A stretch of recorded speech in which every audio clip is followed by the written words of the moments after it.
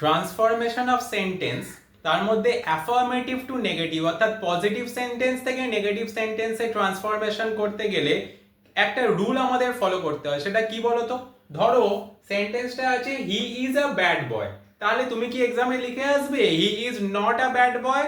তাহলে কিন্তু সেন্টেন্সটা তো নেগেটিভ হলো, কিন্তু তাহলে টিচার মার্কস দেবে না। কেন মার্কস দেবে না? কারণ ট্রান্সফরমেশনের রুল হচ্ছে while changing from one sentence into another type of sentence the sense will remain intact, মানে অর্থ চেঞ্জ হলে হবে না, সেন্টেন্সে অর্থটা সেম রেখে আমাকে ট্রান্সফরমেশনটা করতে হবে। তাহলে সেটা করতে গেলে অ্যাফার্মেটিভ থেকে নেগেটিভে কিভাবে করতে হবে চলো আজকে দেখে নিই। He is a bad boy, তাহলে ব্যাড এর অপোজিট কি? গুড।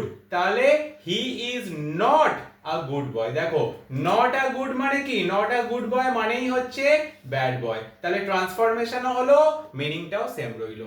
একইভাবে he is sometimes lazy, sometimes এর অপোজিট কি হবে?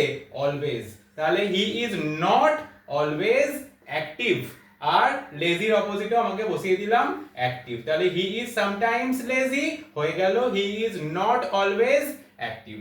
Your answer is wrong, wrong এর অপোজিট হচ্ছে রাইট। তাহলে your answer is not right.